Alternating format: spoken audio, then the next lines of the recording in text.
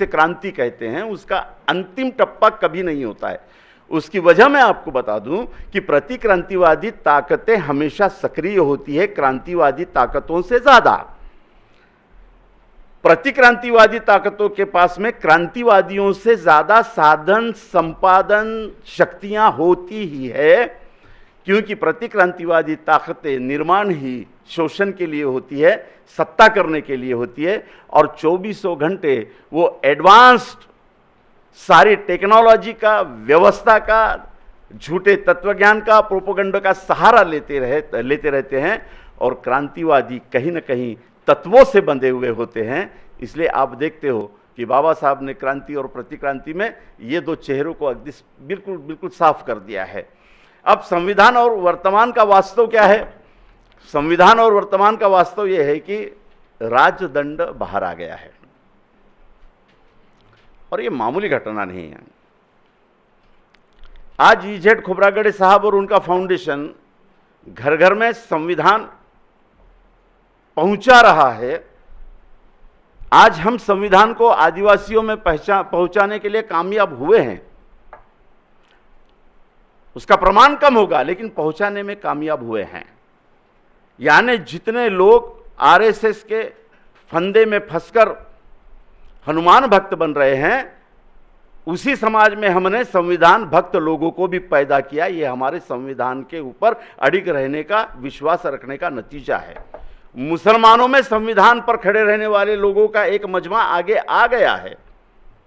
NRC CAA के घटना ने तो उन्हें और जागरूक कर दिया, फुले और बाबा साहब पढ़ने के लिए मजबूर कर दिया। इसके लिए मैं मोदी शाह का धन्यवाद हमेशा देता हूं कि आप ना आते, एनआरसी न निकालते, तो मोहल्ले में, मोमिनपुरा में रहने वाला मुसलमान संविधान को न पढ़ता। आभार है आपका, एक दो बार एनआरसी और लेकर आइए, ताकि इजेड खोब्रागड़े और आप सब लोगों का काम बड़ा आसान हो जाए।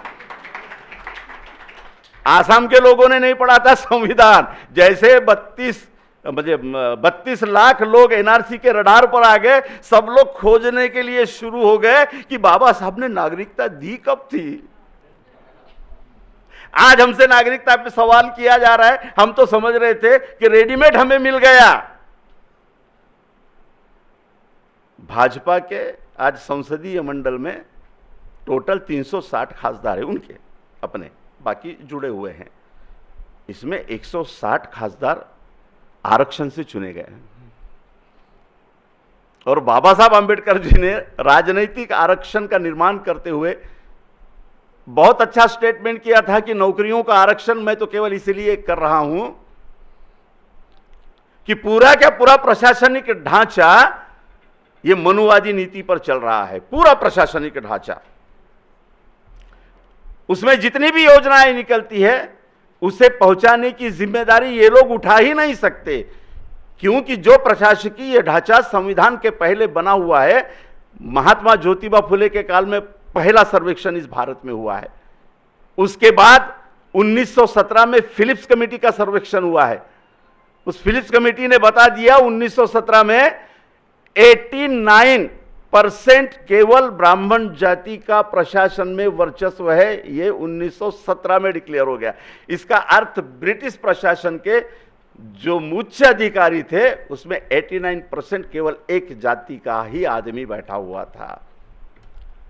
तो वहां पर हमारा आदमी जाए, क्योंकि आखिर लोगों तक कल्याणकारी योजनाएं, शिक्षा की योजनाएं, नौकरियां, उसके जीवन यापन के आदरपूर्वक साधन, संपन्नता सारा पहुंचाने का जिम्मा प्रशासकीय यंत्रणा में है। वहां पर मेरे लोग जाए, क्योंकि मनुवाद को मानने वाले लोग ये सब नहीं करेंगे और नहीं करेंगे। थ्योरी होती है, हम जैसे संविधान को डेडिकेटेड है, वैसे वो भी पूरी ईमानदारी से मनुस्मृति को डेडिकेटेड है, पूरी ईमानदारी से। आज इस देश में 1.5 करोड़ फुल टाइमर्स आरएसएस के लोग हैं, जिनका काम है मनुवादी थ्योरी को अलग अलग मार्गों से पहुंचाना, लोगों के ऊपर थोपना। 1.5 करोड़। आरएसएस रजिस्टर्ड संस्था नहीं है, उसकी कोई अकाउंटेंसी नहीं है। 1.5 करोड़ लोगों को फुल टाइम यानी कम से कम 25 से 50 हजार रुपए महीने का पेमेंट है उनका।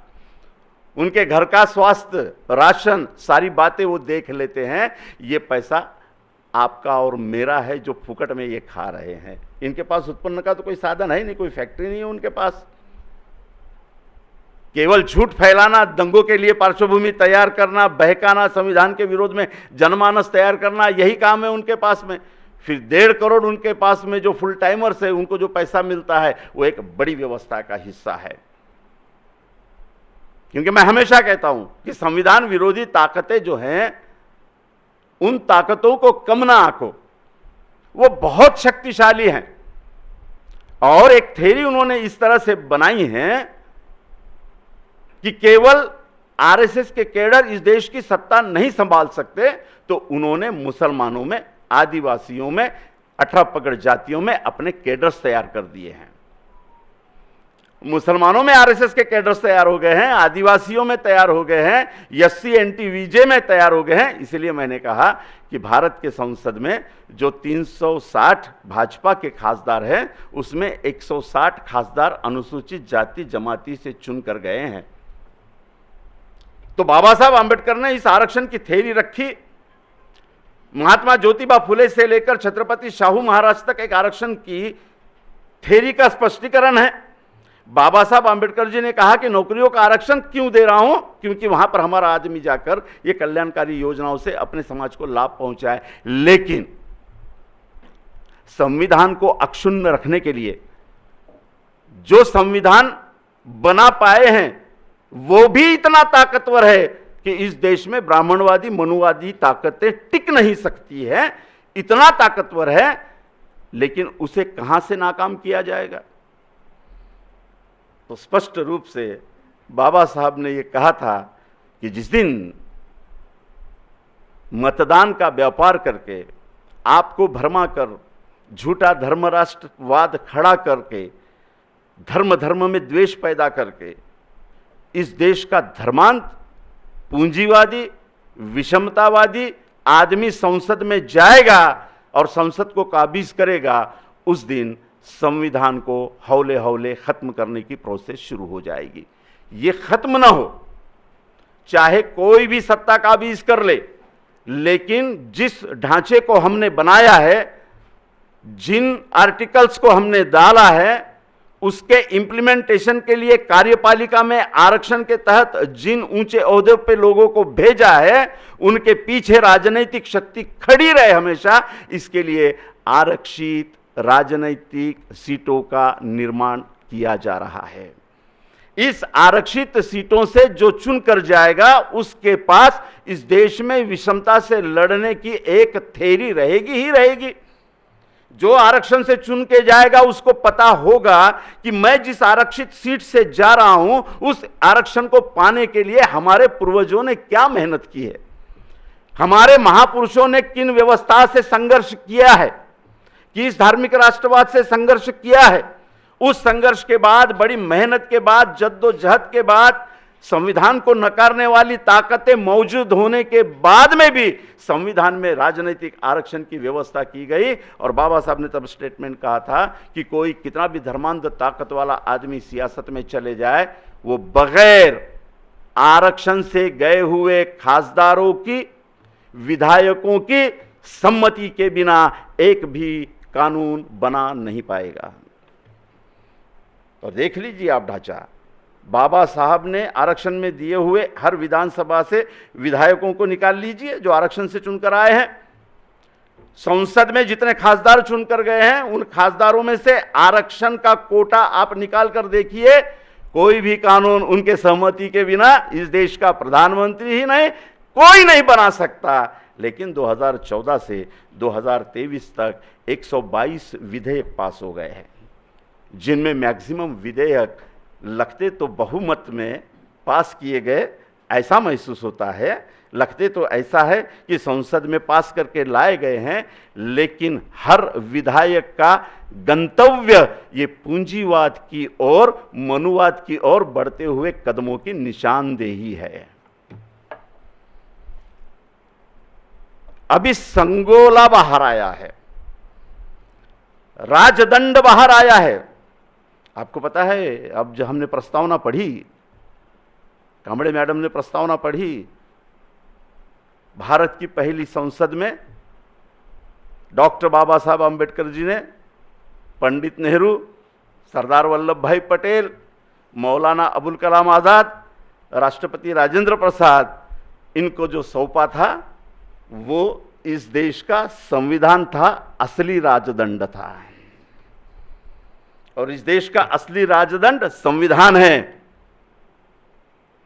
2014 में गफलत नहीं की भाजपा ने, आरएसएस ने कोई गफलत नहीं की। मैं उनकी प्रामाणिकता को कभी कभी सलाम भी करता हूं खोब्रागड़े सर, कि वो कभी कुछ छुपाते भी नहीं है। बहुत क्रिस्टल और क्लियर उनका एजेंडा है। 2009 के मैनिफेस्टो में उन्होंने डाला कि हम भारत के संस्कृति को, प्राचीन संस्कृति को इस देश में अमल में लाएंगे और उस संस्कृति को साझा हो ऐसे संविधान में बदल करेंगे। छुपाया नहीं उन्होंने। 2014 के मैनिफेस्टो में आप देख लीजिए, उन्होंने डाला है कि भारतीय संस्कृति का दर्शन। अब कौन सी संस्कृति, आप सारे बड़े बड़े इंटेलेक्चुअल्स को बताने की जरूरत नहीं है। उनकी प्राचीन संस्कृति, वर्णवाद पे खड़ी हुई संस्कृति, वर्णवाद को पैदा करने वाली, उसका पालन पोषण करने वाली वर्णाश्रम की संस्कृति, गुरुकुल की संस्कृति, आधुनिक शिक्षा प्रणाली में वो सारा दर्शन वो ले आए हैं, उसको इंप्लीमेंट भी कर रहे हैं। उन्होंने कुछ छुपाया नहीं। 2014 के मैनिफेस्टो में भी उन्होंने क्लियर लिखा है कि हम इस देश में अगर सत्ता में आते हैं तो भारतीय संस्कृति को अभिप्रेत इस देश में शैक्षणिक व्यवस्था लाएंगे, अर्थव्यवस्था भी लाएंगे और राजनीतिक व्यवस्था भी लाएंगे। उन्होंने छुपाया नहीं। संविधान ने क्या छुपाया था? संविधान ने भी कुछ नहीं छुपाया।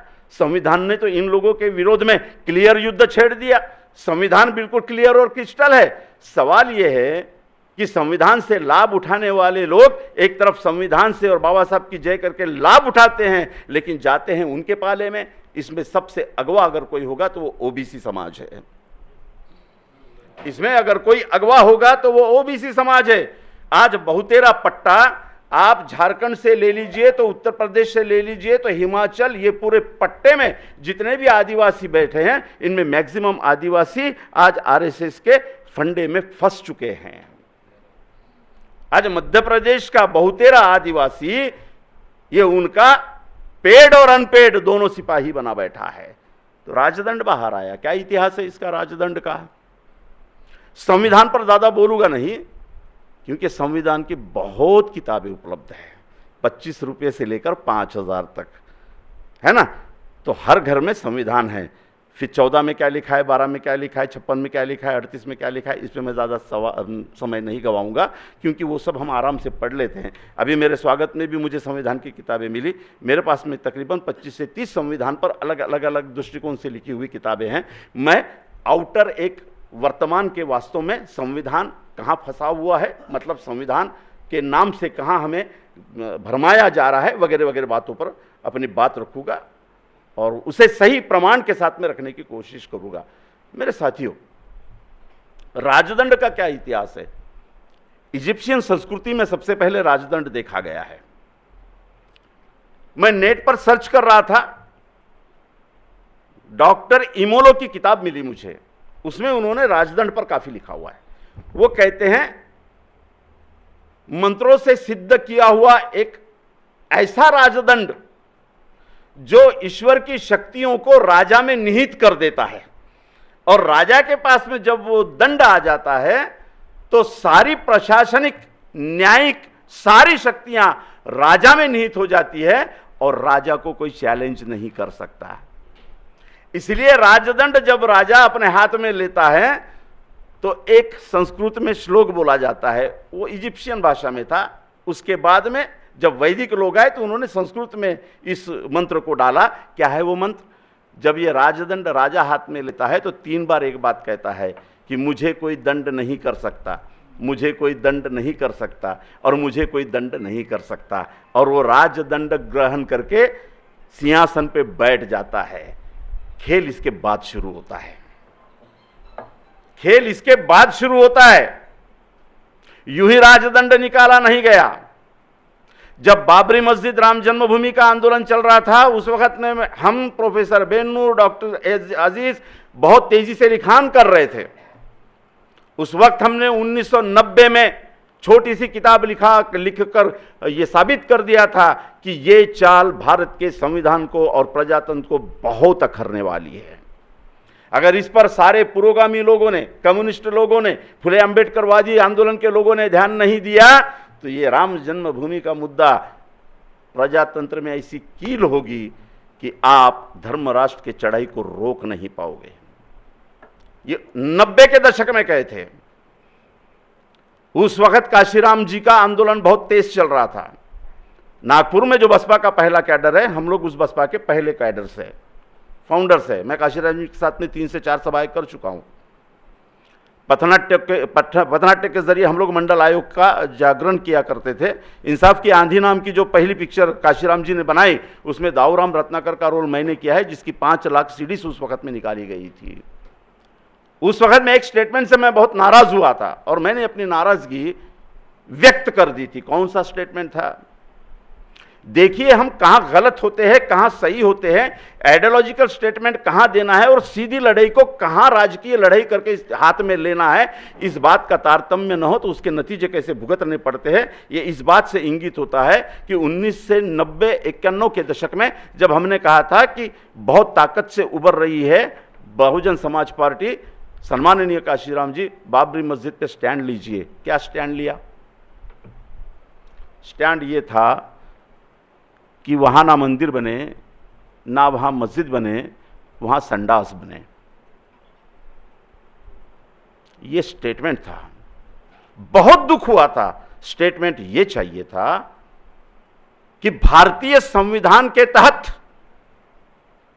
जो सत्य और न्याय होगा, हम उसके बाजू में राजकीय शक्ति करके खड़े रहेंगे।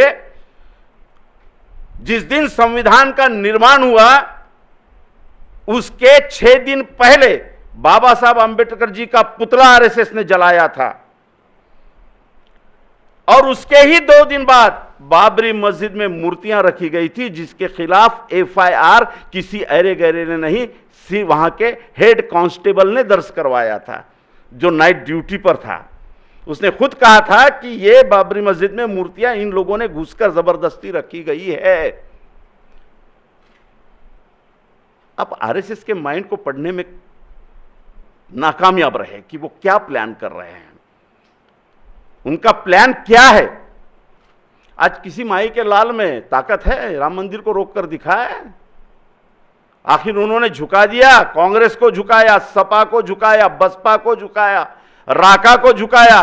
2 ही पर्याय रखा इस देश में राजनीति का, एक तो सॉफ्ट हिंदू बन के राजनीति करो या कट्टर हिंदू बन के राजनीति करो। और इसमें आवाज दब गई सारी एससी की, इसमें आवाज दब गई आदिवासियों की, इसमें दुम दबाकर अपने मोहल्ले में बैठ गया मुसलमान। राजनीति का केंद्र बनाने में सफल हुए वो। जिस समाजवाद की बोली इस भारत में बोली जाती थी, संविधान के तहत जो बात करते थे, वो समाजवादी लोग भी बोलना शुरू कर दिए कि हम वैसे नहीं हैं, हम अच्छे हिंदू हैं, गलत हिंदू वो है। और संविधान बार बार कह रहा था कि यही झगड़ा है इस देश में। इस देश में सिर्फ भारतीय नागरिक है, ना कोई हिंदू है, ना कोई कट्टर मुसलमान है, ना कोई कट्टर बौद्ध है, ना कोई ईसाई है। ये तेरे घर का मटेरियल है, घर में रख। इस देश में तेरी आइडेंटिटी सिर्फ संविधान के तहत भारतीय है। इसी आइडेंटिटी को खत्म करने के लिए ढंग से संविधान निर्माता डॉक्टर बाबा साहब अंबेडकर जी का पुतला बना जलाकर आरएसएस ने शुरुआत की थी। राजदंड का इतिहास मैंने आपको बताया क्या है। राजा दंड लेकर मंत्रोच्चार के बीच 3 बार कहता है कि मुझे कोई दंड नहीं कर सकता। ना ईडी कर सकती है, ना सीबीआई कर सकता है, ना कोई सर्वोच्च न्यायालय कर सकता है, मुझे कोई दंड नहीं कर सकता। वो सिंहासन पे बैठ जाता है, खेल बाद में शुरू होता है मैडम। पुजारी आता है, पुजारी मंत्रोच्चार के साथ एक छोटी सी लकड़ी रखता है और लकड़ी राजा के सर पर मारकर कहता है कि मैं दंड कर सकता हूं, मैं दंड कर सकता हूं, मैं दंड कर सकता हूं। समझ रहे हैं धर्म संसद का खेल क्या कर रहा है आरएसएस और किस तरह से संविधान का ढांचा न बदलते हुए संविधान के किसी भी ढांचे को, प्रेम्बल को हाथ न लगाते हुए साष्टांग नमस्कार प्रजातंत्र के मुखिया ने आपके सामने कर दिया।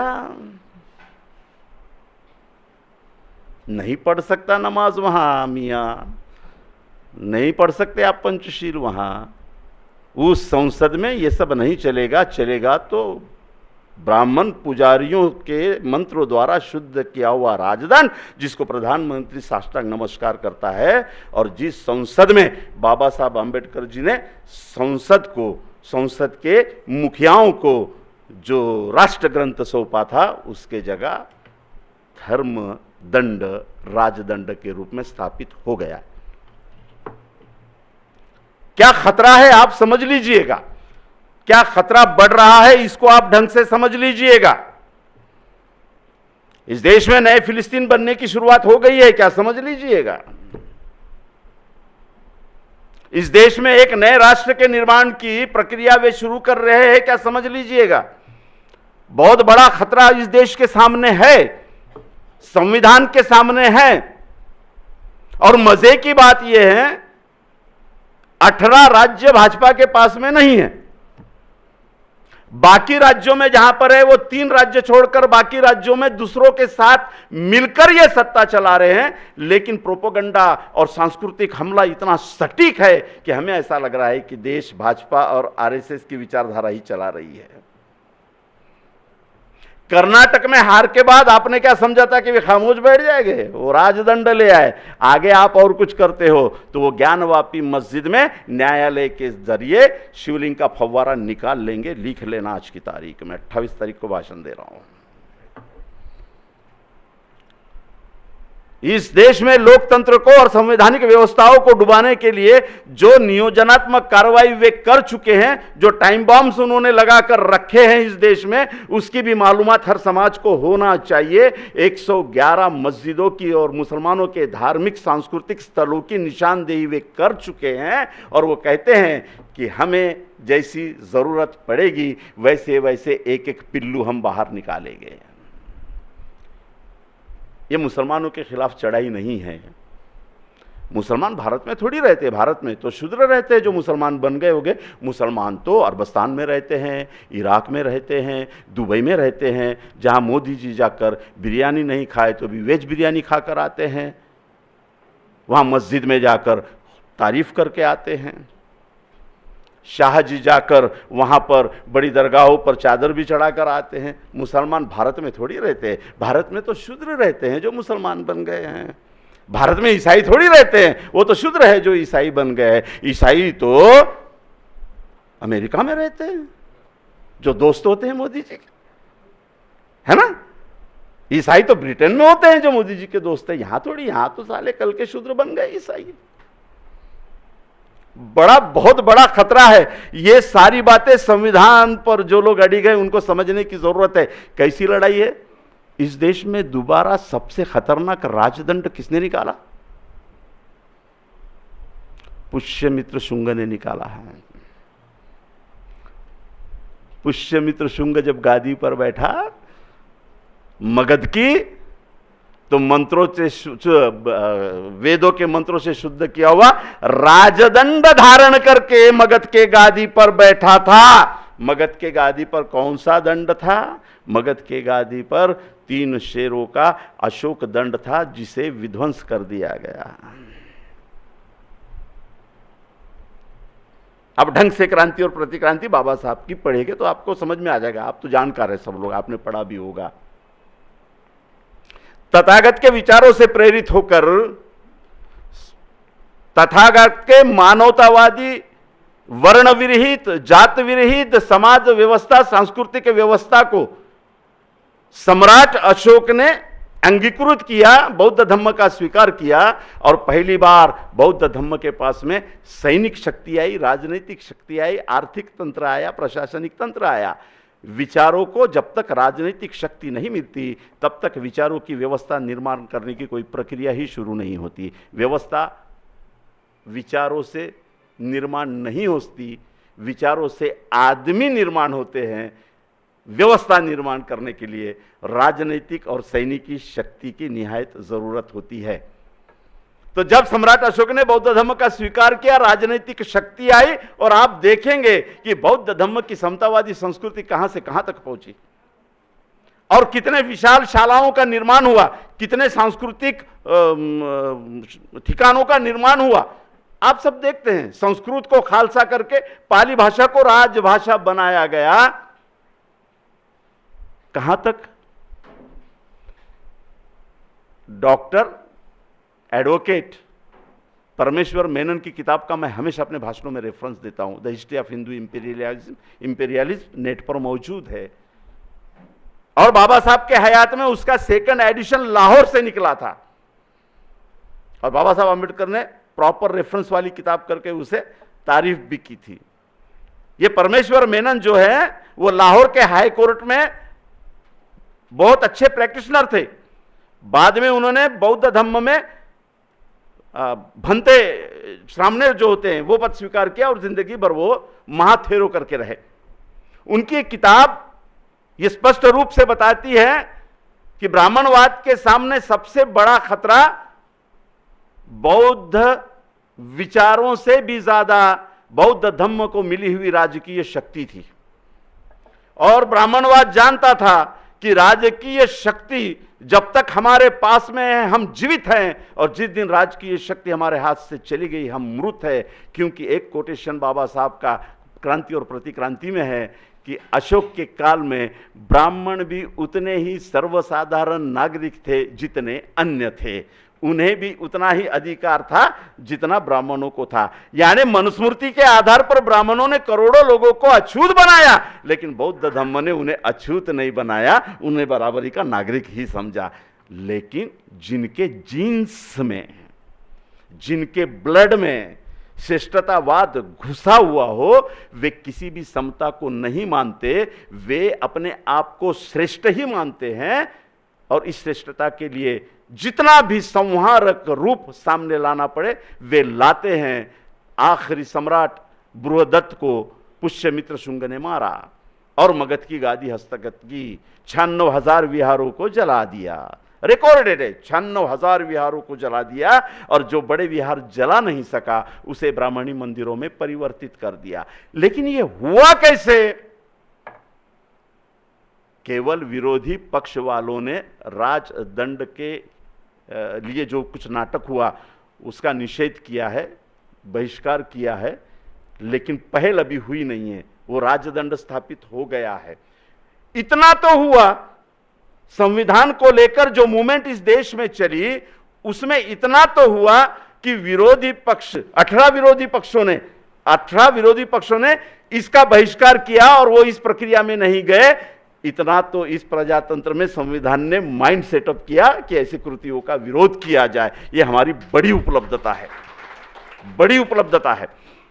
तो साथियों, जब बृहदत्त को मारा गया तब मैं हर भाषणों में ये रेफरेंस इसलिए लेता हूं कि वर्तमान में क्या चल रहा है इसकी एक आलेख, इसकी एक प्रतिरूप हमारे सामने आए। संविधान तो वही है, सारी कार्यप्रणाली, प्रशासन प्रणाली, फौज तो वही है। तो जब बृहदत्त को मारा तो सारी कार्यप्रणाली, न्याय व्यवस्था, प्रशासन व्यवस्था तो बौद्धों की ही थी। समझ रहे हैं ना आप?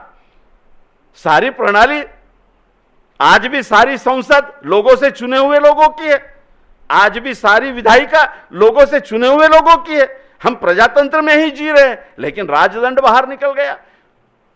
आखिरी राजा बृहदत्त के काल में तो सारी यंत्रणा बौद्धों की थी, लेकिन पुष्यमित्र आ गया, और पुष्यमित्र ने जब बृहदत्त को मारा तो पूरी क्या पूरी बौद्ध यंत्रणा खामोश रही, विद्रोह नहीं हुआ। कोई इतिहास नहीं दिखाता कि विद्रोह हुआ। क्यों?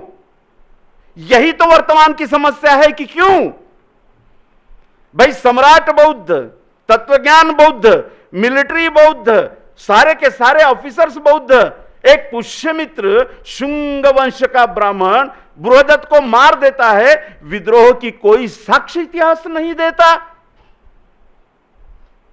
क्या वर्तमान में यही सब कुछ हो गया है? क्या मिलिट्री को इस तरह गुमराह किया गया कि ऊपर का ढांचा तो बौद्धिज्म का दिख रहा था, लेकिन अंदर से पूरा ब्राह्मणी हिंदुत्व जोर पकड़ चुका था। गंभीर मुद्दा है। वर्तमान के संदर्भ में यह लिंक समझ लेना बहुत जरूरी है। आज मिलिट्री के 99% कैप्टन्स आज इस देश के आईएएस ऑफिसरों में एक बहुत बड़ी लॉबी जो कमांडिंग पोस्ट पर है, रॉ की लॉबी, आईबी की लॉबी, ईडी की लॉबी, सीबीआई की लॉबी, हाईकोर्ट की लॉबी, सुप्रीम कोर्ट की लॉबी किस मानसिकता में चली गई ये समझ रहे हैं आप और हम बहुत आराम से समझ रहे हैं। सुप्रीम कोर्ट के निर्णय मजाक का विषय बन चुके हैं।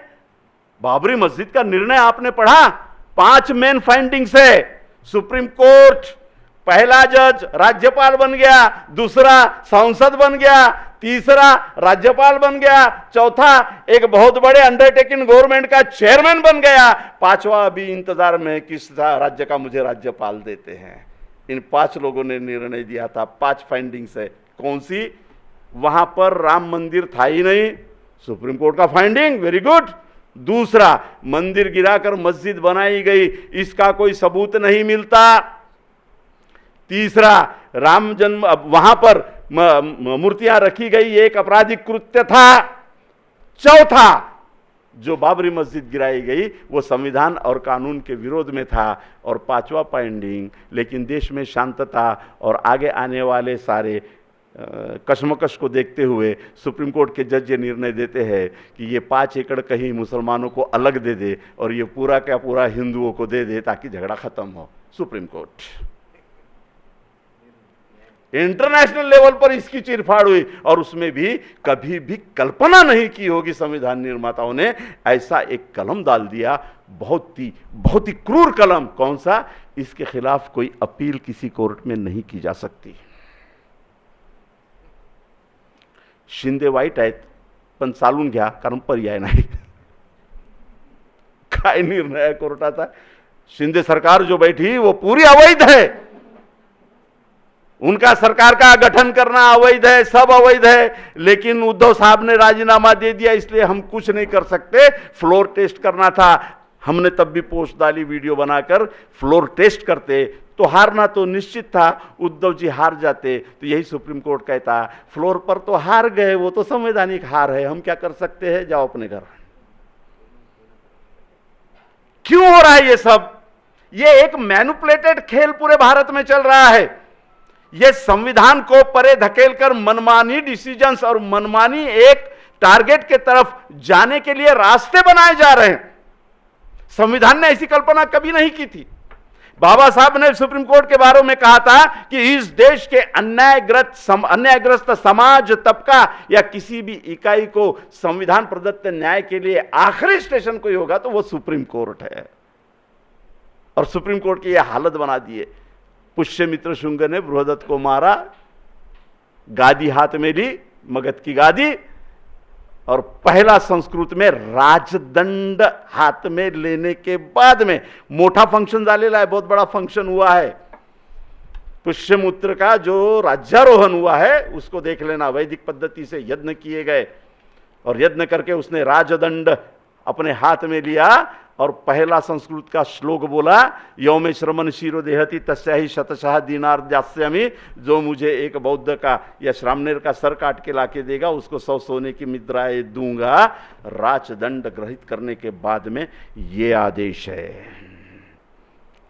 2023 में राजदंड हमारे देश के प्रजातंत्र के संसद में स्थापित किया गया है। पुष्यमित्र शुंग ने जो कुछ किया वो समता, न्याय, बंधुता के विरोध में किया गया प्रतिक्रांति का बहुत बड़ा सफल प्रयोग था। ये बाबा साहब ने कह दिया। लेकिन मैंने कहा अपने शुरुआत में ये युद्ध रुकता नहीं है और रुकने वाला भी नहीं है।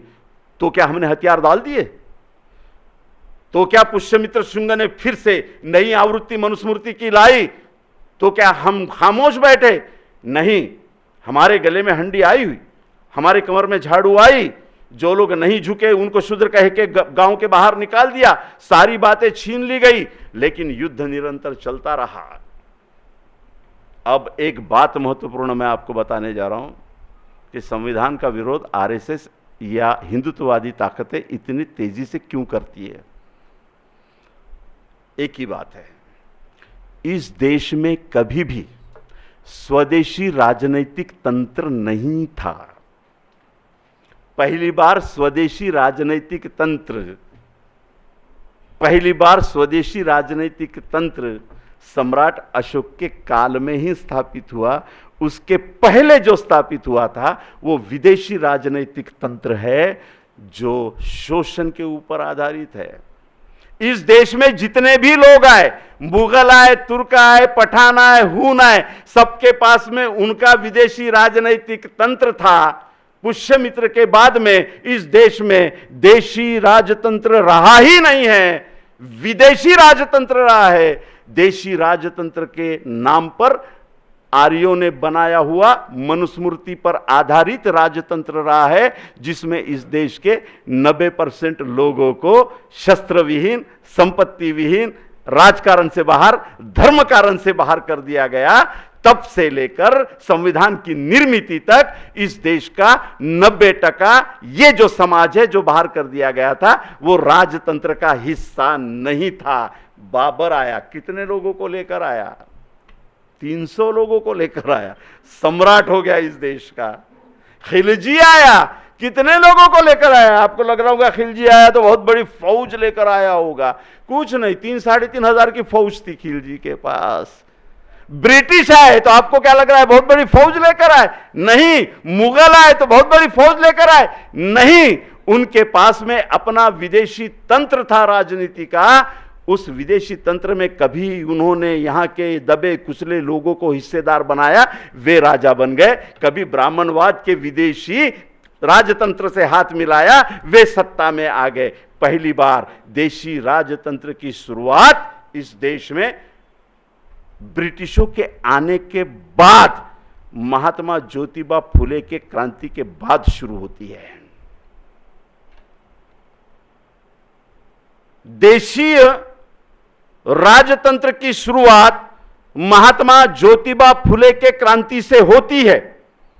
महात्मा ज्योतिबा फुले ने देश के 18 पगड़ जातियों को शिक्षा, राजनीति, नौकरियां, यहां पे सहभागिता मिले, इस बात का आंदोलन चलाया। किसानों को उसके अनाज का मूल्य मिले, इस आंदोलन को चलाया। 1857 का युद्ध हुआ। 1857 पहली बार इस देश में भारतीयता की अलग जगी। बाबा साहब आंबेडकर ने जब संघीय भारत का ढांचा बनाया तब इस देश में 547 राज्य है। इसलिए पाकिस्तान बन गया अखंड भारत को तोड़कर। ये आरएसएस की फोकनार लॉजी को भी हमको बराबर जवाब देना पड़ेगा। भारत, अखंड भारत बनने से पहले, संवैधानिक भारत की स्थापना के पहले 1930 में बाबा साहब का संपूर्ण मसूदा समिति के बैठक में भाषण है, जिसमें बाबा साहब कह रहे हैं कि सबसे बड़ा चैलेंज तो ये है कि इस देश को अखंड बनाने के लिए 547 छोटे मोटे राज्य को खालसा करना पड़ेगा। और 547 राज्य खालसा करना यानी टेढ़ी खीर है, क्योंकि 547 राज्यों के पास में उनका राजदंड है, उनके नियम है, उनकी फिलॉसफी है। इन सबको एक भारतीय संघीय ढांचे में लाना टेढ़ी खीर है, लेकिन बाबा साहब ने वो किया और भारत के अधीन सारे राज्यों को विलीन करके भारत का एक गणराज्य राष्ट्र निर्माण का पूरा क्या पूरा बीड़ा सफल किया है मेरे साथियों। और ये संविधान के तहत ही किया। लेकिन पहली बार 1857 में जब अंग्रेजों के खिलाफ युद्ध किया गया तो आपको इस बात का इल्म होना चाहिए कि 1857 में पहली बार हम भारतीय है, ये बात लोगों के दिमाग और दिलों पे आई। क्यों आई? अचानक नहीं हुआ। वो कारतूस में सुअर की चर्बी लगी थी, गाय की चर्बी लगी थी, फिर पांडे जी खड़े हो गए, फिर रहीम भाई खड़े हो गए और युद्ध हो गया, ऐसा नहीं है।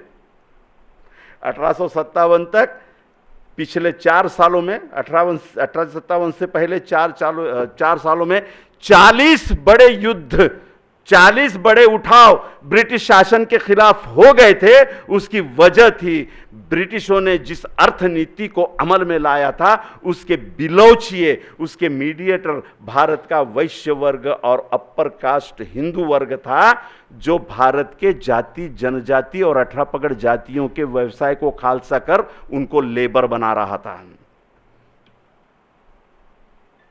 उनको लेबर बना रहा था, वे मालक थे। जिस तरह से कपड़ा नीति लाई थी, यहां का कासार, यहां का कोष्टी, यहां का अंसारी मर रहा था, यहां का कपड़ा बिक नहीं रहा था, और कपड़ा बनाने वाले लोग अपने कारखाने बंद करके ब्रिटिशों के कारखाने में मजदूर बनकर जा रहे थे।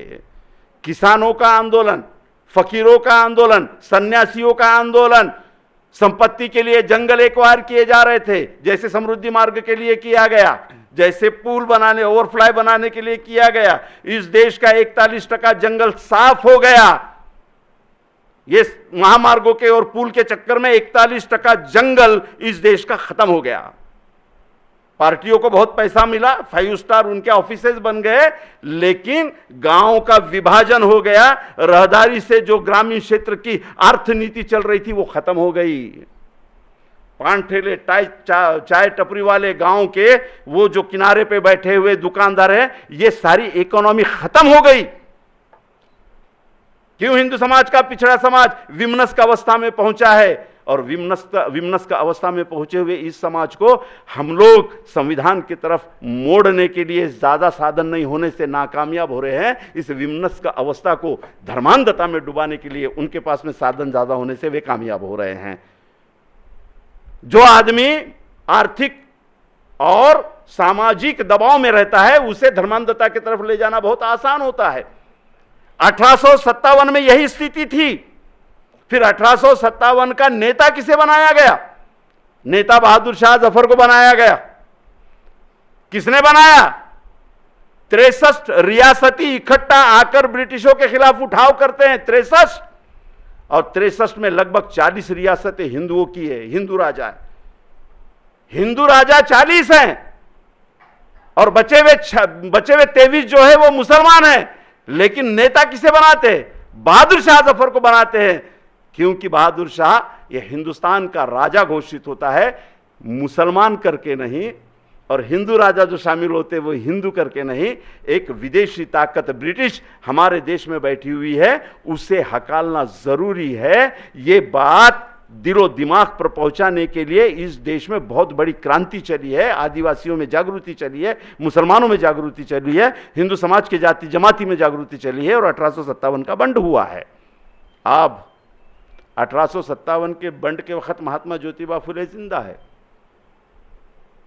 महात्मा ज्योतिबा फुले का इस देश के बहुजनों को अधिकार और हर क्षेत्र में प्रतिनिधित्व का आंदोलन ब्राह्मणवाद के खिलाफ चल पड़ा है। शिक्षा के लिए वो आंदोलन चल पड़ा है। 1857 के युद्ध में ब्रिटिश पहचान जाते हैं और ब्राह्मणवाद पहचान जाता है कि पहली बार भारत की जनता युद्ध में उतरी है।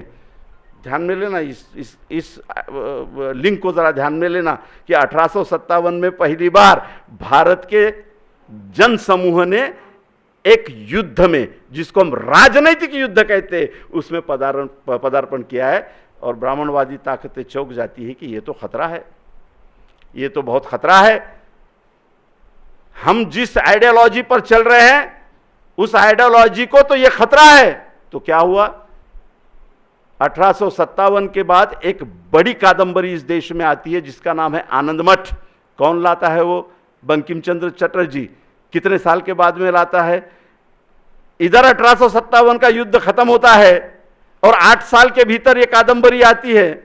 इस कादंबरी का प्रकाशन ब्रिटिश प्रिंटर्स कर रहा है, ब्रिटिश कंपनी उसको पब्लिश कर रही है, और बंकिम चंद्र चटर्जी युद्ध क्रांतिकारी ब्रिटिशों के विरुद्ध में कर रहे हैं। और आनंद मठ में पहली बार हिंदू राष्ट्र का मॉडल रखते हैं।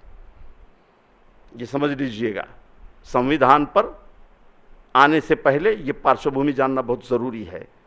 मुझे वक्त दे रहे हो ना, मैं बोलता चलूं। साथियों, आनंद मठ में पहली बार हिंदू राष्ट्र का मॉडल रखा गया और किसे चुना गया? युद्ध ब्रिटिशों से चल रहा है।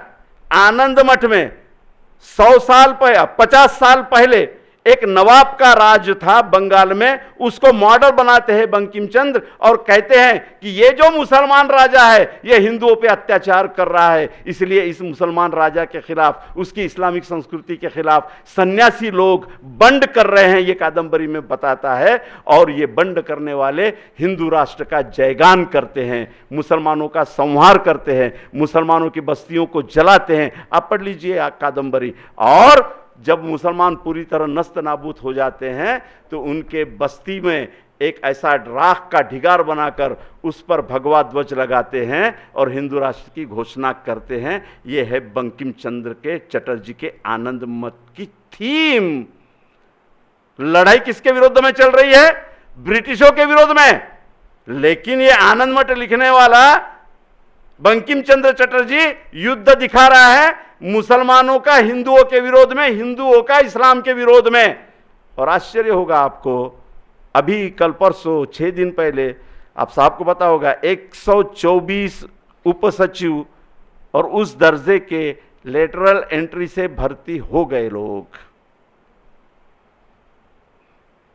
124 पोस्ट भर दिए गए।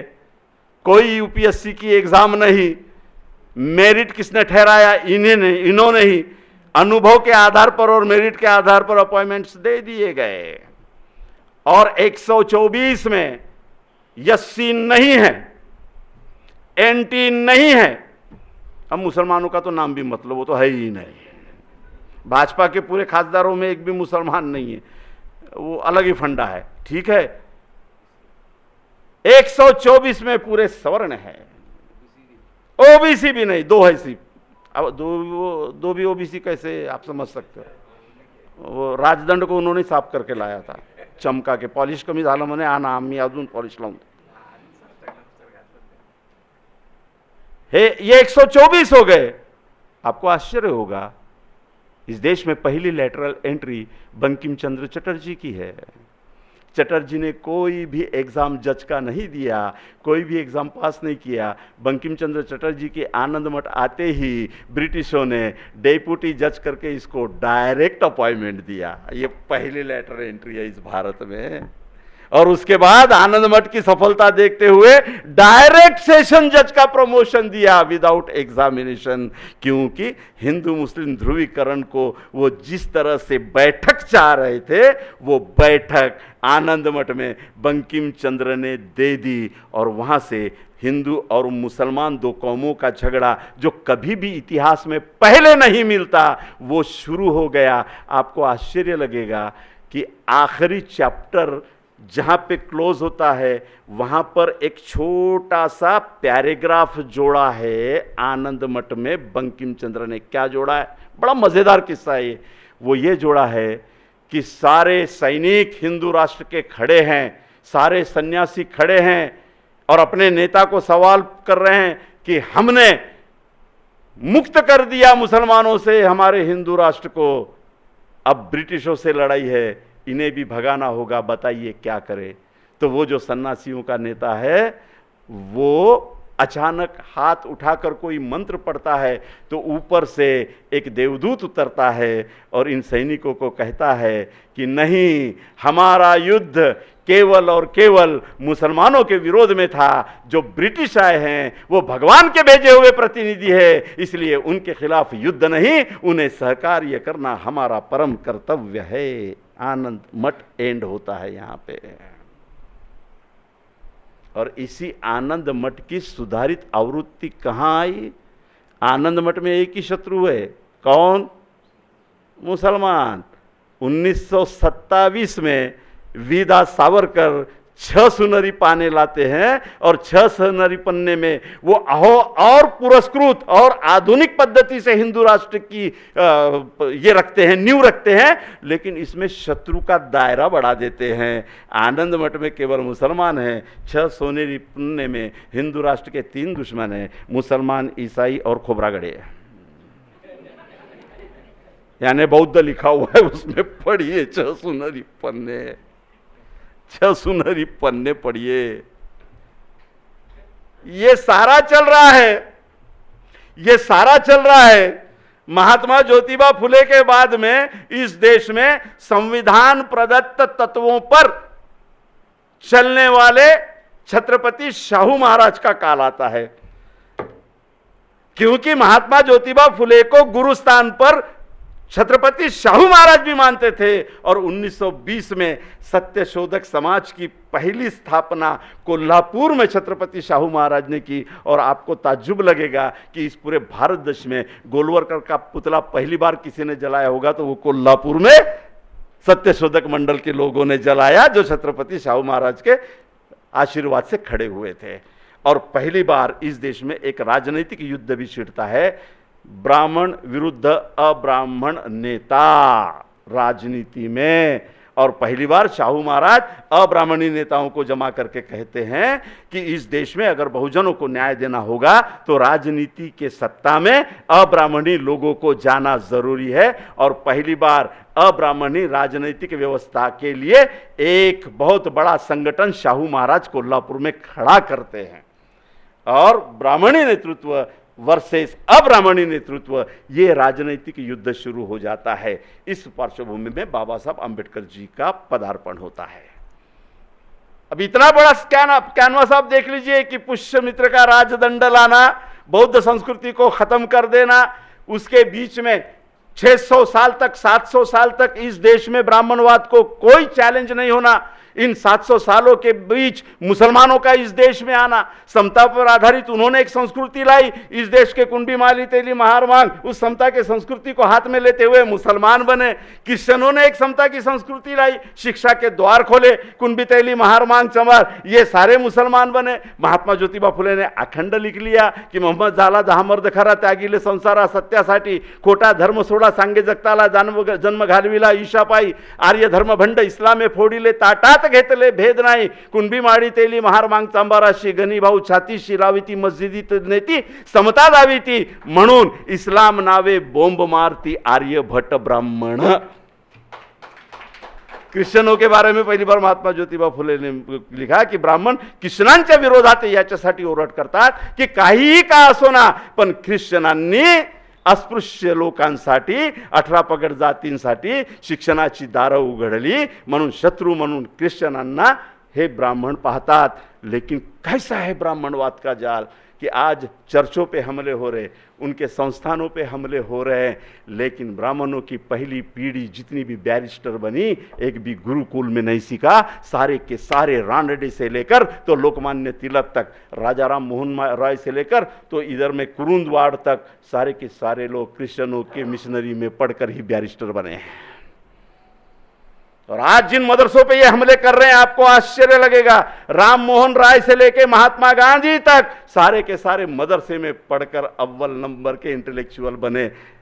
कैसा बदला लेते हैं, काम निकाल लेते हैं और काम निकल जाने के बाद में उन संस्थाओं पे हमला करते हैं। क्या किया बौद्ध विहारों के साथ में? परमेश्वर मेनन की किताब एक बार पढ़िए। परमेश्वर मेमन कहते हैं कि सम्राट अशोक के अंतिम काल में जिन बुद्ध विहारों से वैज्ञानिक मानवतावाद का प्रक्षेपण होता था, जिन बुद्ध विहारों से मानवीय तत्व ज्ञान को रखा जाता था, ये खतरनाक इंस्टीट्यूशन है, ये ब्राह्मणवाद ने पहचाना। और सम्राट अशोक के अंतिम काल में लगभग 88% 88% बौद्ध विहारों का ताबा ब्राह्मणों से धर्मांतरित श्रामणों ने ले लिया था। 88% बौद्ध विहारों का ताबा ब्राह्मणों से धर्मांतरित श्रामणों ने ले लिया था और उन्होंने ताबा लेकर उन विहारों से अंधश्रद्धा रखना शुरू किया, दैववाद रखना शुरू किया, बौद्ध विचारों को चार फाड़ किया, हीनयान लाया, महायान लाया, बौद्ध के तत्वज्ञान और आचरण को छोड़कर मूर्ति पूजा का स्तोम शुरू कर दिया। और यही नहीं, उस काल में बुद्ध के नाम से यज्ञों का भी शुरुआत कर दी। ये है उनकी प्रतिक्रांति की। क्या ये मौलाना नहीं बने होंगे? क्या ये पादरी नहीं बने होंगे? हमारे पिछवाड़े से जो गैस निकाल रहे तो पादरी बन के तो निकाल रहे लोग। ये जो इस्लाम ने समतावाद रखा उसको अंधश्रद्धा में डुबाने के लिए ये मौलाना नहीं बने होंगे? अमीबा अपेक्षा भयानक प्राणी है। अमीबा भी आश्चर्यचकित होगा कि सारा महिष इतने रूप नहीं ले सकता, इतने रूप ये लेता है। ये कुछ भी कर सकते हैं अपनी सत्ता के लिए, ये कुछ भी कर सकते हैं। क्यों? नथुराम ने सुनता नहीं की थी? क्यों नथुराम गोडसे ने टोपी और दाढ़ी नहीं ली थी? अभी अभी नांदेड़ में बम स्फोट हुआ, आप तो शायद हो गए उस वक्त में साहब कहीं ना कहीं, या पता नहीं। नांदेड़ में बम स्फोट हुआ, पकड़े गए वो आरएसएस के तीनों चारों कैडर बजरंग दल से जुड़े हुए। जब खोज की गई तो 100 से ज्यादा दाढ़ियां, 100 से ज्यादा टोपियां, लुंगियां। क्या नहीं करते? असीमानंद का बयान नहीं सुना आपने? कोर्ट में दिया असीमानंद ने बयान कि हां, हमने मुस्लिम वेश धारण करके मुस्लिमों को बदनाम करने के लिए बम विस्फोट किया। कोर्ट के सामने दिया हुआ बयान है। तो साथियों, इतना भयानक खेल है इस देश में। तो बाबा साहब आंबेडकर आते हैं और संविधान निर्मित की शुरुआत हो जाती है। अब क्या होता है? स्वतंत्र, न्याय, समता, बंधुता, इसके पहले कोई भी देशीय संरचना नहीं है, देशीय राजकारण नहीं है। बाबा साहब आंबेडकर जी जिस संविधान के तरफ बढ़ रहे हैं वो संविधान भारत में पहली बार देशीय रचना को स्थापन कर रहा है। क्या होती है देशीय रचना? देशीय रचना ये होती है कि शासन, प्रशासन, राजनीति में हर देशीय बांधव का समावेश, जो ब्राह्मणवाद के विदेशी रचना में नहीं बैठता। मनुस्मृति की रचना ये देशीय रचना नहीं है। वो 4 वर्णों में विभाग कर केवल ऊपर के वर्ण को सारी सत्ता सौंपने वाला ढांचा है, जो विदेशी राजतंत्र का ढांचा है। संविधान का ढांचा ये देशीय राजतंत्र का ढांचा है। तो देशीय राजतंत्र में देश के तमाम लोगों को इन्वॉल्व करने के लिए सबसे पहले लड़ाई जो लड़ी बाबा साहब ने, वो 1928 में मतदान की लड़ाई लड़ी। इस देश में मैं बार बार कहता हूं कि गांधी जी से जब बाबा साहब की बहस हुई तो गांधी जी को कहा था कि मुझे मातृभूमि नहीं है। मैंने हर भाषण में स्टेटमेंट को इस्तेमाल किया। आज भी मैं कहता हूं कि जब बाबा साहब ने यह कहा था कि मुझे मातृभूमि नहीं है, तब वो केवल सिंबॉलिक स्टेटमेंट था, वो केवल अस्पृश्यों के लिए नहीं था। क्योंकि 1928 में और देश आजाद होने के पहले तक, संविधान अपने देश में लागू होने के पहले तक इस देश में केवल 11% लोगों को मतदान का अधिकार था। जिसे मतदान का अधिकार ही नहीं है उसकी मातृभूमि हो ही नहीं सकती। एनआरसी ने तो यही कहा ना, शाह ने और अमित जी ने, तुम्हारे पास में अगर भारतीयता का प्रमाण पत्र नहीं है और कागज नहीं है तो तुम्हें मतदान का अधिकार नहीं मिलेगा, तुम्हें कोई योजना नहीं मिलेगी, तुम बैंक अकाउंट नहीं खोल पाएंगे, तुम प्रवेश नहीं कर पाओगे, इवन आप पुलिस स्टेशन में जाके कंप्लेंट नहीं कर पाओगे, किसी न्यायालय में कोई कोर्ट केस दाखिल नहीं कर पाओगे, क्योंकि आप भारत के नागरिक नहीं हो। तो बाबा साहब कह रहे हैं कि मुझे मातृभूमि नहीं है। तो बाबा साहब चीख चीख कर इस देश के उन 90% कुंभी, माली, तेली, 18 पकड़ जाति के धनगर मुसलमानों को कह रहे, अरे तुम्हें मातृभूमि नहीं है, क्योंकि जो राजतंत्र चल रहा है उसने तो तुम्हें मतदान का अधिकार ही नहीं दिया है। तो बेवकूफो, तुम्हारी धरती है कहां? ये तमाम मुसलमानों को, तमाम आदिवासियों को, तमाम 18 पकड़ जातियों को, लोगों को पहली बार मातृभूमि तभी मिली जब बाबा साहब ने प्रौढ़ मताधिकार के तहत इस भारत के तमाम नागरिकों को मतदान का अधिकार मिला दिया। उसी दिन हमें भारत नाम की मातृभूमि मिली है। इतना बड़ा काम संविधान ने किया है। क्यों है ये लोग संविधान के विरोध में? क्यों है ये लोग संविधान के विरोध में? क्योंकि जो इनका विदेशी ढांचा है उसको पूरी तरह तहस नहस करने का काम संविधान की देशीय रचना करती है। कोई जान सकता था, समझ सकता था कि जिन लोगों को अस्पृश्य करके बाहर फेंक दिया वो आदमी संविधान लिख सकता है, और उसी के खून का आदमी इतना बड़ा ऑफिसर बन के प्रशासन में संविधान की प्रस्तावना पढ़ने का हुक्म जाहिर करके उससे पढ़वाने के लिए मजबूर कर सकता है। यह है देशीय रचना की शक्ति जो संविधान देता है। तो कैसे विरोध हुआ संविधान का? अपने आप नहीं मिला, संविधान का एक टकराव है। वो टकराव कैसे है देखिए। जब संविधान बनना शुरू हुआ 1932 में, ब्रिटिशों ने जाहिर कर दिया था कि हम स्टेप बाय स्टेप स्वतंत्रता दे देंगे। भारत का संविधान कैसे हो इसकी प्रक्रिया शुरू हो गई, इसकी बहस शुरू हो गई। 1932 में डॉक्टर भगवान दास, जो कि भारत के बहुत मशहूर व्यक्तित्व थे और उच्च वर्ण से आते थे, भगवान दास बहुत बड़ा नाम है। क्या लाया उन्होंने 1932 में? मनु की आदर्श समाज रचना नाम का ग्रंथ लाया, जिसे ब्राह्मणी प्रचार यंत्र ने राष्ट्र ग्रंथ करके प्रचारित किया। चैलेंज ध्यान में ले लीजिए। 1932 में ब्रिटिश इंडिया काउंसिल में भारत को आजादी देते वक्त संविधान का निर्माण कैसे हो इस पर चर्चा चल रही है। मसूदी समिति का गठन तो बाद में हुआ, लेकिन ब्रिटिश इंडिया कॉन्स्टिट्यूशन के अंदर ही, उस संसद के अंदर ही भारत के संविधान निर्माण की चर्चा शुरू हो गई थी, जिसे बाबा साहब आंबेडकर लीड कर रहे थे, अपने बातों को रख रहे थे। और एक बहस चल पड़ी थी कि आजाद होने वाले भारत का संविधान कैसे होगा। उसी वक्त में 1932 में डॉक्टर भगवान दास मनु की आदर्श समाज रचना नाम का ग्रंथ लाते हैं और तमाम वर्तमान पत्र, तमाम मीडिया, वर्तमान का जैसा गोदी मीडिया है वैसा ही प्रचारित करता है कि ये ग्रंथ भगवान दास का आदर्श समाज रचना का संहिता है और हमें नए संविधान की जरूरत नहीं है। 1934 में जब प्रौढ़ मताधिकार से लेकर, निर्वाचन क्षेत्र से लेकर भारत में न्याय व्यवस्था का ढांचा कैसा हो इस बात को लेकर, संघीय रचना को लेकर बहस चल रही है। 1934 में समाजशास्त्री केवल मोटवानी, इन्होंने फिर एक ग्रंथ लाया, मनु की आदर्श रचना। देखो संविधान के पैरेलल ये मनुस्मृति को कैसे ला रहे हैं। 1934 में ये लाया, उसके बाद में 1949 में केवी रामास्वामी, रंगास्वामी बड़ा नाम है, केवी रंगास्वामी बड़ा नाम है, इन्होंने एक नया ग्रंथ लाया जिसका नाम था भारत का कन्फ्यूशियस मनु। और जैसे 1949 में रंगास्वामी ने भारत का कन्फ्यूशियस मनु नाम का किताब लाया, गोलवरकर लिखते हैं यही हमारे पास में असली संविधान है, हमें नए संविधान की जरूरत नहीं है, ये गोलवरकर कहते हैं। और 1949 में हमारा संविधान मुकम्मल हो जाता है। 1951 में उसे अमल में लाया जाता है प्रत्यक्ष रूप से। बाबा साहब आंबेडकर हयात में हैं और 1951 में पंढरपुर के रुक्मिणी मैदान में एक बड़ी सभा होती है गिरीश शास्त्री की। गिरीश शास्त्री कौन है? शंकराचार्य हैं। और आपको एक पता होना चाहिए कि जो राजदंड है उससे भारत के सभी बड़े पीठ जुड़े हुए हैं। शक्तिपीठ जितने हैं अब उनका मानदंड राजदंड बन गया है। और वो राजदंड कहां स्थापित हुआ है? संसद में। जैसे राम जन्मभूमि अभी इस देश का राष्ट्रीय प्रतीक बन गई है, उसी तरह राजदंड अब राष्ट्रीय प्रतीक बन गया है।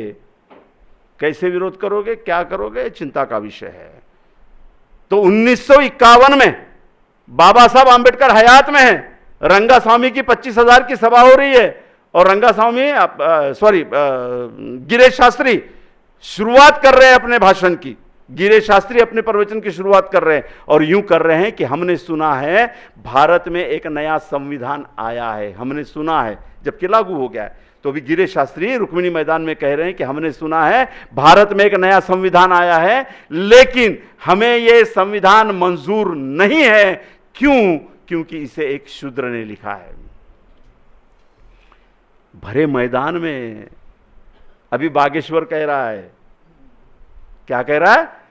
हिंदू राष्ट्र बना के रहेंगे। वो इतना शक्तिशाली चमत्कारी है कि कल परसों स्टेटमेंट दिया, केवल भारत नहीं पाकिस्तान में भी हिंदू राष्ट्र बना देंगे।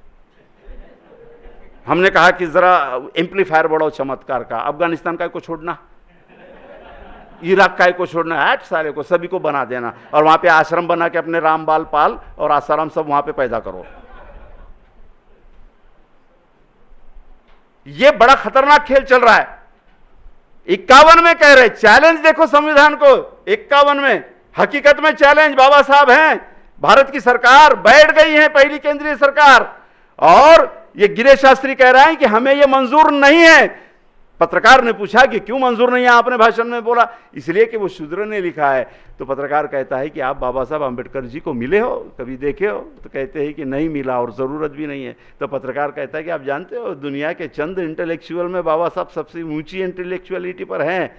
अमेरिका में जब प्रॉब्लम हुआ था, इंग्लैंड में जब प्रॉब्लम हुआ था, तो जो आयोग चुनाया गया था उसमें बाबा साहब भारत से अकेले थे, गुरुकुल का कोई मिला ही नहीं था, क्योंकि वो कंदमुळं याच्या पलीकडे जातच नाही म्हणे ते, खूप झालं तर गोबरवर येऊन त्यांची बुद्धिमत्ता संपते, म्हणून भारतामध्ये एकच बुद्धिवंत होता बाबासाहेब आंबेडकर, म्हणून इंग्लंडच्या त्या रुपीच्या प्रॉब्लेमसाठी जो आयोग झाला होता सर, त्याच्यात उसमें से बाबा साहब आंबेडकर अकेले भारतीय थे। क्या कहता है गिरीश शास्त्री, होगा ना बुद्धिवंत, हमें क्या करना है, हम बाबा साहब की तरफ ऐसे देखते हैं जैसे किसी नाले में से बहता हुआ दूध आता है और वो गंदा हो जाता है। काय मानसिकता आहे संविधानाच्या विरोधी असलेल्या लोकांची आणि काय शक्ती आहे लक्षात घ्या।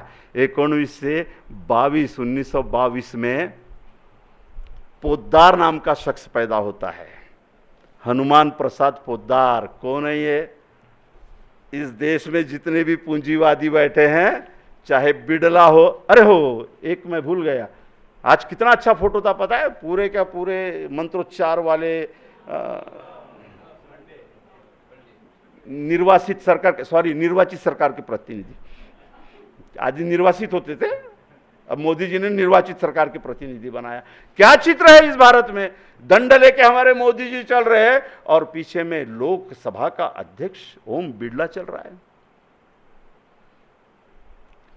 प्रजातंत्र की नींव, संविधान की नींव किस तरह खोखली की जा रही है, कर दी गई है, इस बात को बड़ी गंभीरता से सारे समाजों ने सोचने की जरूरत है कि कौन सा खतरा हमारे सामने खड़ा हुआ है। साथियों, राजदंड का मसला इतना आसान नहीं है। तो 1951 में इन्होंने ये बात कही बाबा साहब के हयात में कि हमें यह संविधान मंजूर नहीं है। अब लड़ाई असली तब शुरू हो जाती है जब संविधान अमल में आ गया। संविधान अमल में आते से ही पहली बार इस देश में आदिवासी, अनुसूचित जाति, जमाती, जनजाति के लोग सत्ता में आना शुरू हो गए। 1922 में हनुमान प्रसाद पोद्दार ने गीता प्रेस की स्थापना की, कल्याण मासिक की स्थापना की और संविधान के विरोध में, नए भारत के विरोध में यलगार खेला।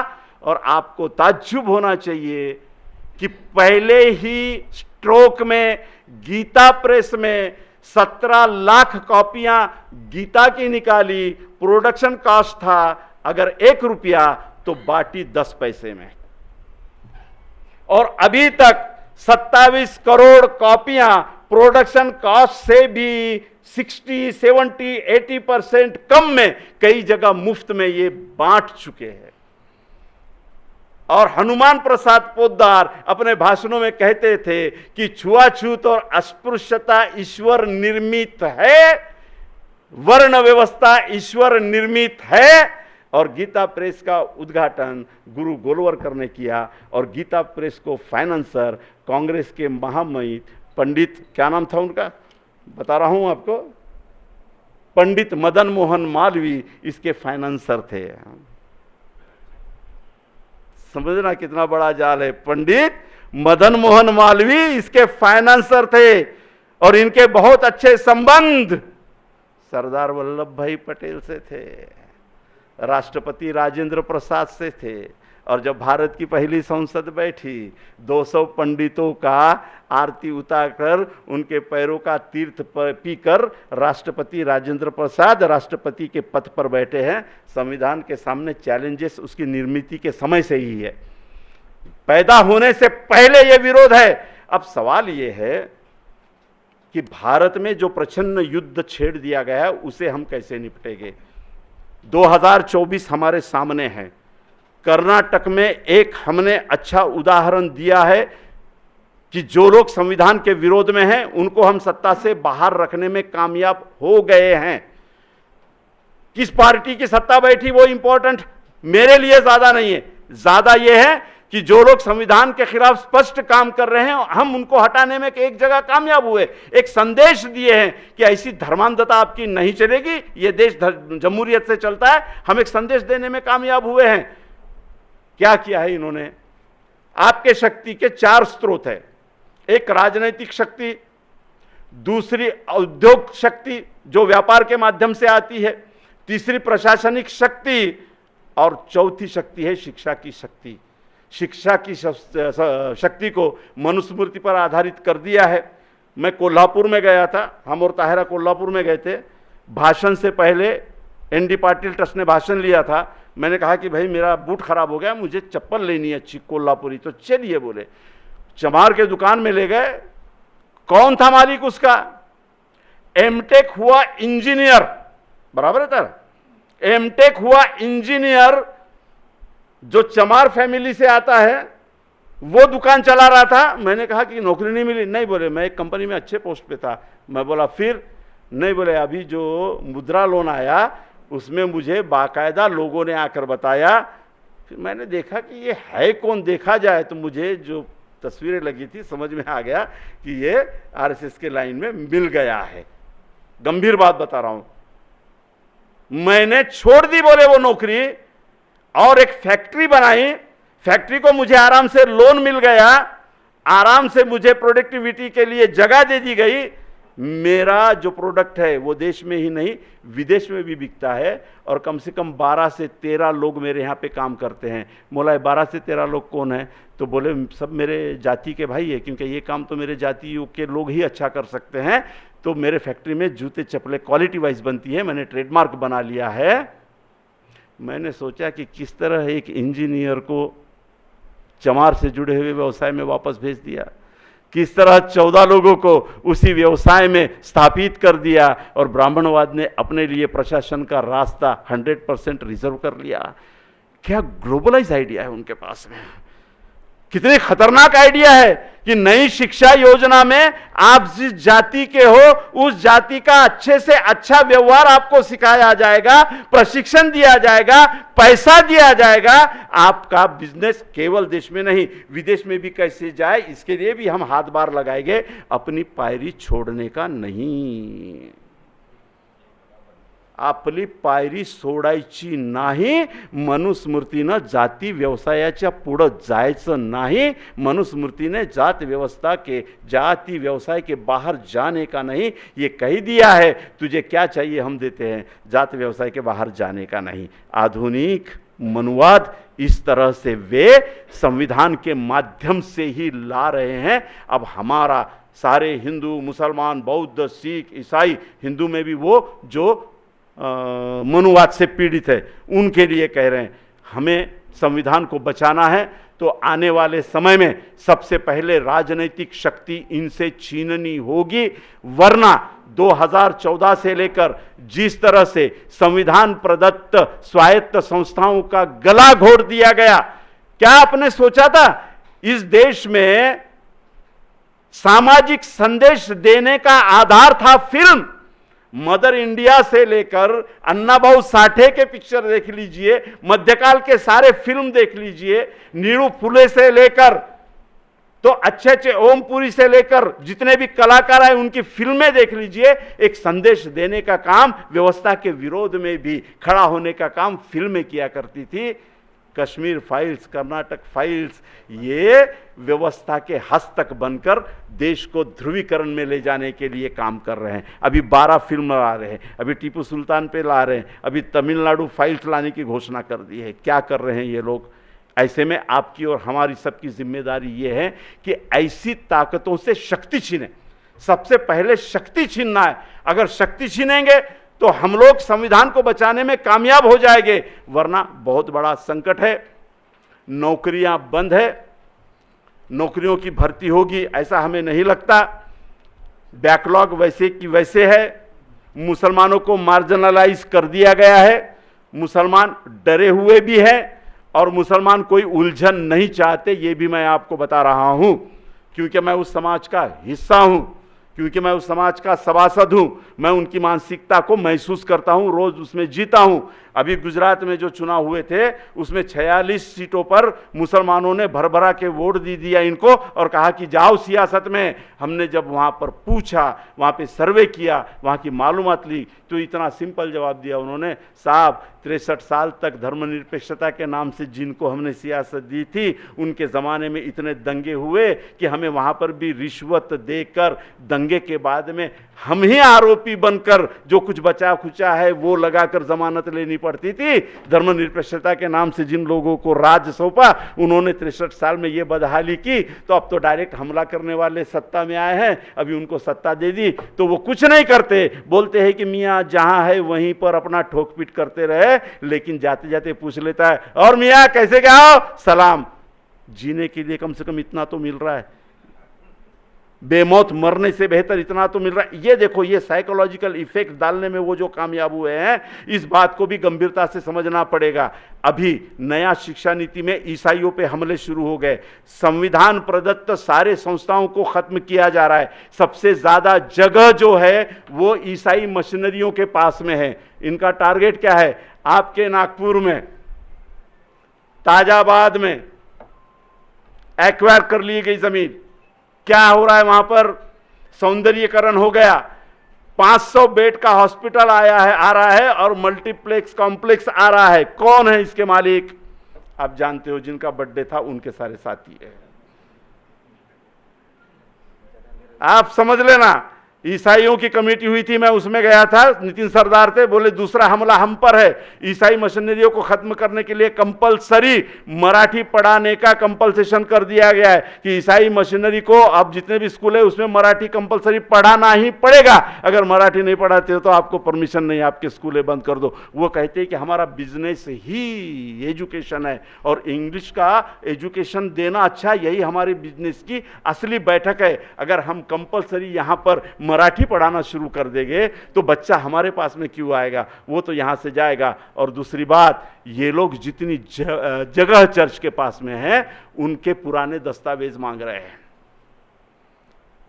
मदरसों के दस्तावेज मांग रहे। ये सारा जो काम चल रहा है ये संविधान प्रदत्त सारी व्यवस्थाओं को उध्वस्त करने का काम कर रहा है। मेरे साथियों, आज वर्तमान में संविधान को बचाने की जिम्मेदारी तुम्हारी और मेरी है। आने वाले चुनाव में, मैं राजनीति की बात नहीं कर रहा हूं, लेकिन हम सब मतदान करने वाले लोग हैं तो हम राजनीति से अछूत नहीं रह सकते। हम लोगों को राजनीति करनी ही पड़ती है। जब हम मतदान करने जाते हैं तो राजनीति वहीं हमारी शुरू हो जाती है। 2024 में बहुत कॉन्शियसली समाज में संवैधानिक व्यवस्था जिंदा रहे, इस ओर ही हमें जाना होगा। मॉब लिंचिंग करने वाले लोगों को मंत्री जाकर अगर तिरंगा उड़ाता है तो व्यवस्था कहां तक गई है ये समझ लीजिए। उन्नाव में दलितों की चमड़ी छीन लेने वाले उन लोगों को 6 दिन में 8 दिन में बेल मिल जाती है। बिल्किस बानो के बलात्कारियों को अच्छे व्यवहार और संस्कार के कारण छोड़ दिया जाता है। तो इस देश में संविधान प्रदत्त व्यवस्था के विरोध में क्या चल रहा है, इस बात को परखना बहुत जरूरी है।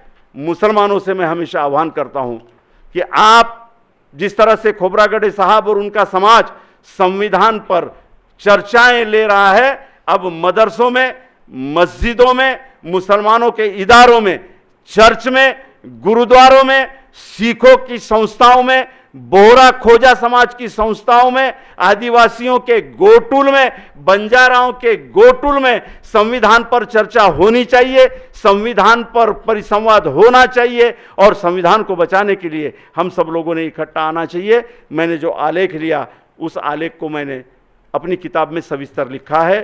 फुले शाहू गांधी आंबेडकर का ब्राह्मणी राष्ट्रवाद से संघर्ष, इस किताब में मैंने पूरी बात, मतलब कहां से, बौद्ध प्रतिक्रांति से लेकर, पुष्यमित्र से लेकर तो वर्तमान के संविधान निर्मिति तक लिख छोड़ा है। और दूसरी एक इंपॉर्टेंट किताब है बहुजनांता इस्लाम स्वीकारणता सामाजिक इतिहास, दोनों किताबें यहाँ उपलब्ध है।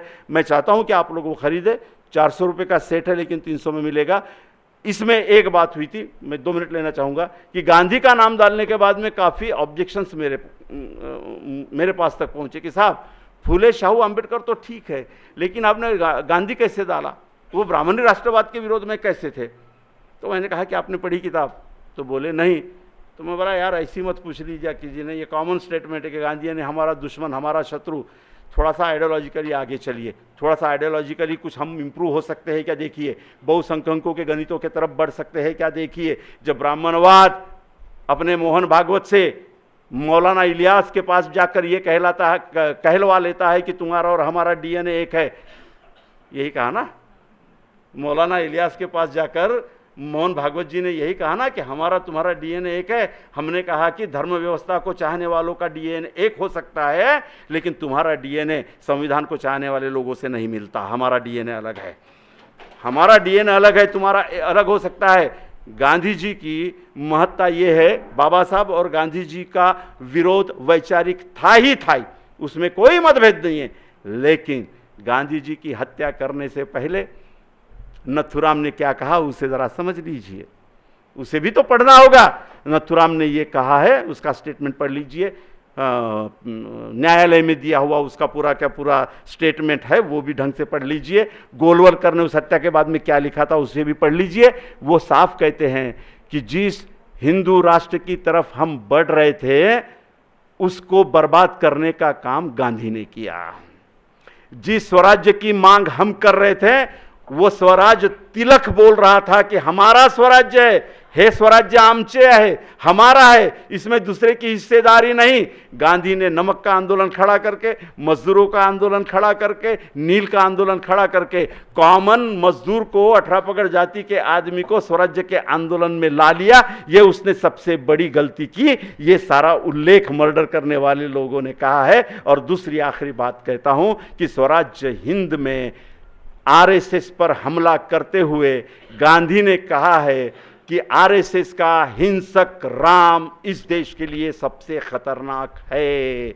और गांधी ने कहा था कि मैं जिस राम की कल्पना करता हूं वो मेरा आत्मा का राम है, और आरएसएस जिस राम की कल्पना करता है वो हिंसक है, वो दूसरे धर्मों पर हमले करने वाला है, इसलिए ये राम इस देश के लिए खतरनाक है। ये रिटर्न स्टेटमेंट हिंद स्वराज्य में महात्मा गांधी का है। इसलिए ब्राह्मणवाद से लड़ते हुए, ईंट पर ईंट रखते हुए, बाबा साहब ने दिखाए हुए संवैधानिक मार्ग पर चलकर हम भारत को अक्षुण्ण रख सकते हैं। आप सब लोगों का शुक्रिया अदा करता हूं। धन्यवाद। जय भीम। अस्सलाम वालेकुम। नमस्कार।